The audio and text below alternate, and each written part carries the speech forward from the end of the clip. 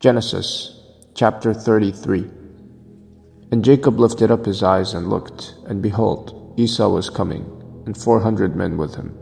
So he divided the children among Leah and Rachel, and the 2 female servants. And he put the servants with their children in front, then Leah with her children, and Rachel and Joseph last of all. He himself went on before them, bowing himself to the ground 7 times, until he came near to his brother. But Esau ran to meet him, and embraced him, and fell on his neck, and kissed him. And they wept. And when Esau lifted up his eyes, and saw the women and children, he said, "Who are these with you?" Jacob said, "The children whom God has graciously given your servant."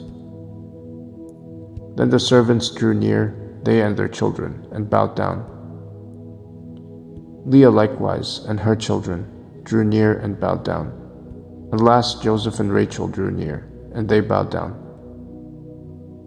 Esau said, "What do you mean by all this company that I met?" Jacob answered, "To find favor in the sight of my Lord." But Esau said, "I have enough, my brother. Keep what you have for yourself." Jacob said, "No, please, if I have found favor in your sight, then accept my present from my hand. For I have seen your face, which is like seeing the face of God, and you have accepted me. Please accept my blessing that is brought to you, because God has dealt graciously with me, and because I have enough." Thus he urged him, and he took it. Then Esau said, "Let us journey on our way, and I will go ahead of you." But Jacob said to him, "My Lord knows that the children are frail, and that the nursing flocks and herds are a care to me.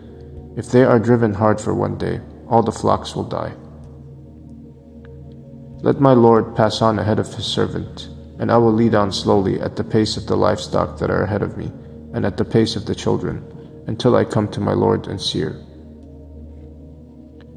So Esau said, "Let me leave with you some of the people who are with me." But he said, "What need is there? Let me find favor in the sight of my Lord." So Esau returned that day on his way to Seir.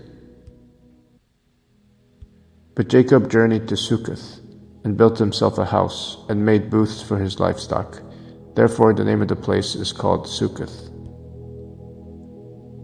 And Jacob came safely to the city of Shechem, which is in the land of Canaan, on his way from Paddan Aram, and he camped before the city.